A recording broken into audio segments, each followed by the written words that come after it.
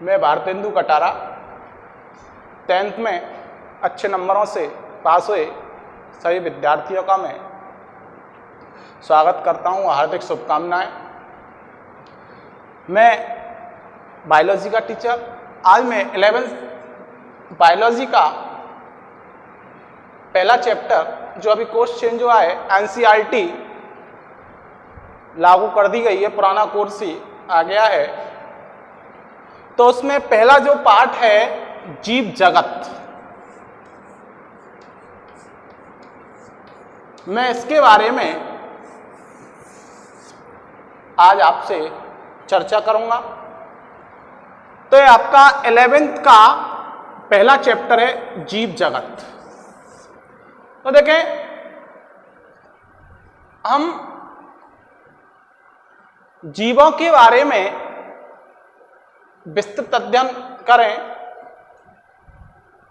तो जीव जगत है क्या? सीधी बात, जहां पे जीव निवास करते हैं, जीव जंतु निवास करते हैं, उसे हम क्या कहते हैं? जीव जगत। अब इसमें क्या है, बहुत सारे निर्विवादित क्वेश्चन भी आते हैं कि जीव की उत्पत्ति कैसे हुई, जीव कहां से आया, कैसे आया।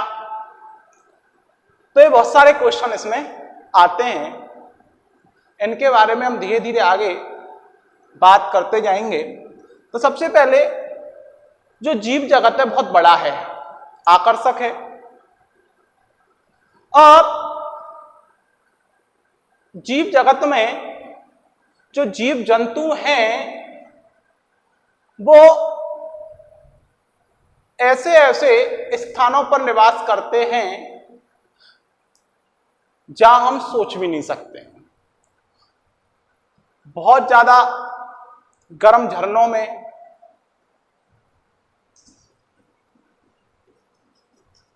बहुत ज्यादा ठंडे झरनों में,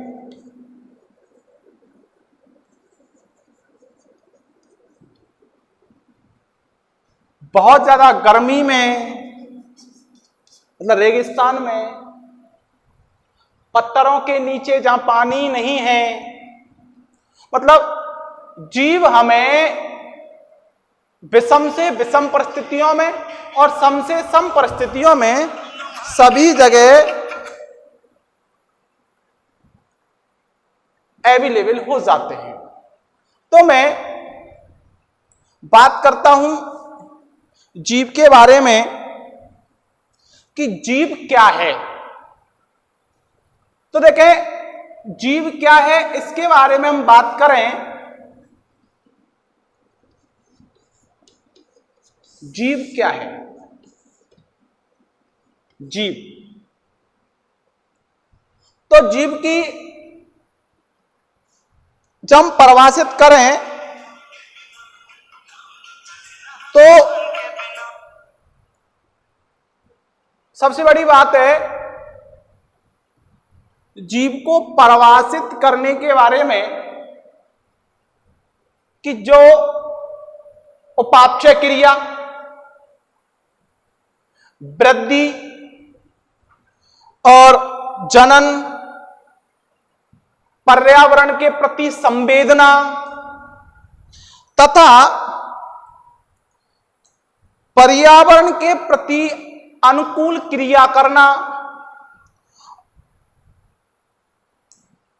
ये सभी प्रक्रियाएं जो करते हैं वो क्या हैं? जीव हैं। वो क्या है? जीव हैं।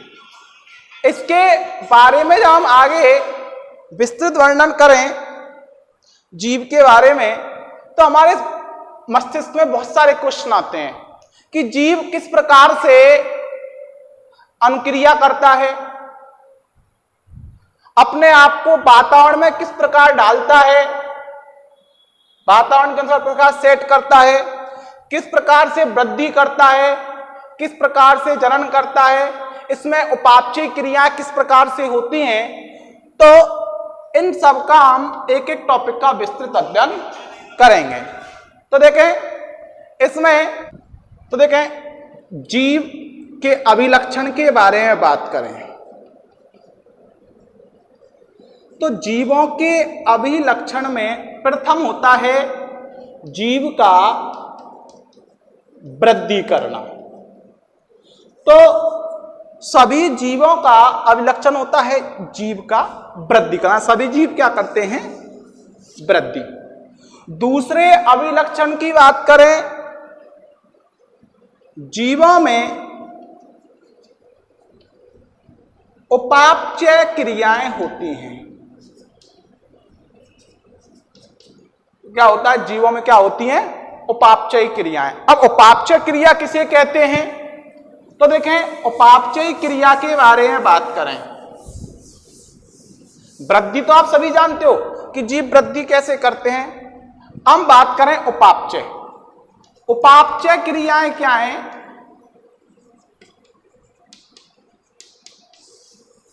कि छोटे अणुओं को बड़े अणुओं में, तो छोटे अणुओं से बड़े अणुओं का निर्माण करना, बड़े अणुओं से छोटे अणुओं का निर्माण, ये सभी किसके अंतर्गत आता है? उपापचय क्रियाओं के अंतर्गत। अगला होता है सभी जीवों का सबसे स्पष्ट जो पेचीदा लक्षण होता है वो अपने आसपास के पर्यावरण में अपने आप को अनुकूलित करना। कि जीव अपने आसपास के पर्यावरण में अपने आप को किस प्रकार से अनुकूलित करते हैं। क्या है? कुछ जीव अनुकूलन क्रिया में एक निश्चित समय आने पर ही क्या है,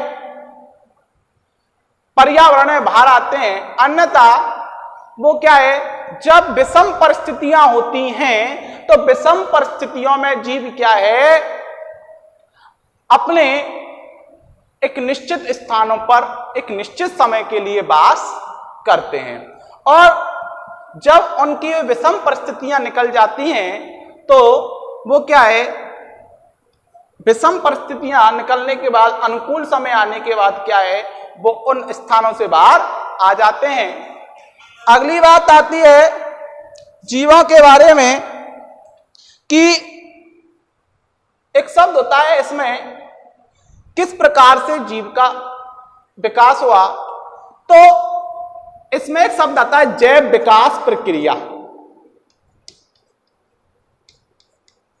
तो जैव विकास प्रक्रिया वह प्रक्रिया है किस प्रकार से एक सूक्ष्म जीव का निर्माण हुआ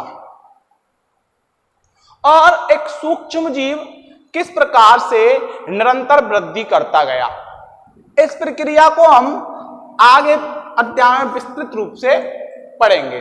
फिर आगे बात आती है इसमें कि जो जीव है अपने आप को किस प्रकार से पर्यावरण में अनुकूलित करता है। तो जीव अपने आप को पर्यावरण में अनुकूलित करने के लिए अपनी शारीरिक संरचनाओं में कई प्रकार का परिवर्तन करता है। जैसे ठंडे प्रदेशों में मिलने वाले जीव जंतु होते हैं, उनमें क्या है, बड़े बड़े बाल पाए जाते हैं। उनकी जो त्वचा होती है वो क्या होती है, मोटी होती है। ठीक है। जलीय जीवों में श्वसन तंत्र अलग प्रकार का पाया, गलफड़े होते हैं, जिससे वो क्या है, आसानी से पानी में ऑक्सीजन को क्या है, ग्रहण कर सकें। हम बात करें जलीय जीवों में ही, तो जलीयों में क्या होते हैं, तैरने लायक सहायक क्या होते हैं, उनके पास फ्लीपर अंग पाए जाते हैं, जिनके कारण, जिन्हें हम पंखी बोलते हैं, जिनके कारण क्या आसानी से वो तैर सकते हैं। हम बात करें रेगिस्तान के जीव जंतुओं की, जैसे हमारा एक राजस्थान में सबसे क्या है फेमस ऊंट है। तो ऊंट क्या है, अपने आप को अनुकूलित करने के लिए उसकी त्वचा जो होती है बहुत कम पसीना देती है। उसमें क्या है, पानी क्या है, अपने आप में अब्जॉर्ब करने की क्षमता होती है, कई दिनों में वो पानी पीता है। तो इस प्रकार से वातावरण में अनुकूलित होने के लिए उसमें क्या है, कई प्रकार के क्या पाए जाते हैं, अनुकूलन पाए जाते हैं।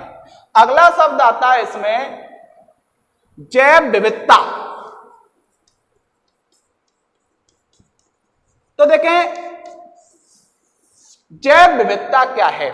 तो जैव विविधता के बारे में मैं बात करूं तो जैव विविधता पृथ्वी पर कई प्रकार की या अपन बोलते लाखों प्रकार के करोड़ों प्रकार के जीव जंतु और करोड़ों प्रकार की वनस्पतियां पाई जाती हैं और इनमें अलग अलग प्रकार के क्या होते हैं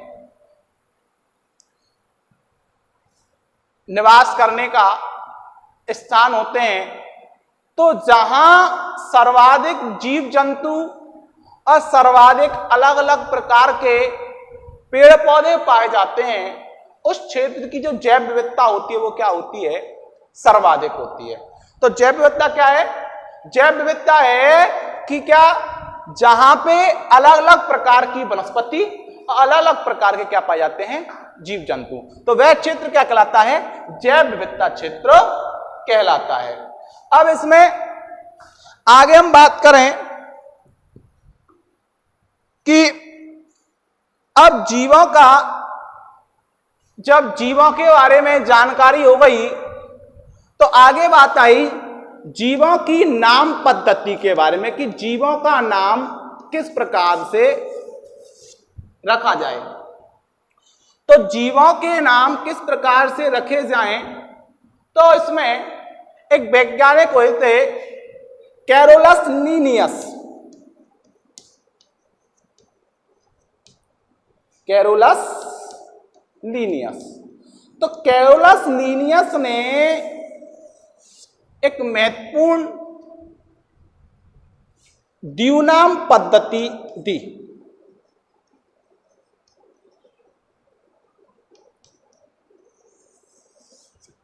इसमें जब किसी जीव का नामांकन किया जाए,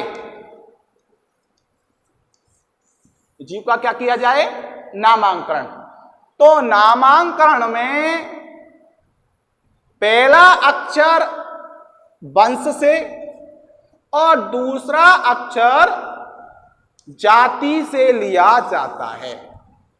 पहला अक्षर किससे आएगा, वंश से, और दूसरा अक्षर किससे आएगा, जाति से। तो हालांकि कई प्रकार और भी नाम पद्धतियां दी गई थी, परंतु सबसे फेमस और सबसे जो उचित नाम पद्धति दी गई थी वो थी द्विनाम पद्धति, जो किसने दी थी, कैरोलस लीनियस ने।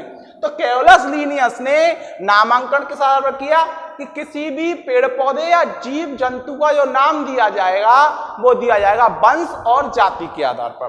तो वंश और जाति, तो पहला शब्द क्या होगा किसी भी जीव का, उसके वंश से, और दूसरा अक्षर किससे होगा, जीव की जाति से।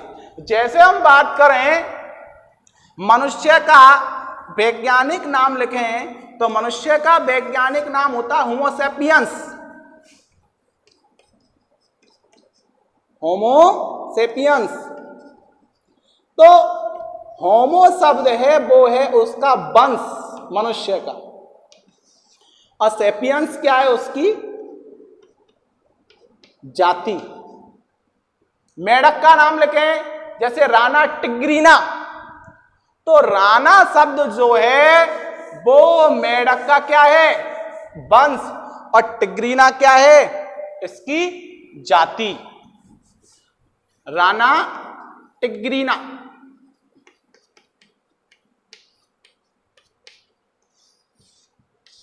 तो राना क्या हुआ मेढक में, वंश, और टिग्रीना क्या हुई, जाति।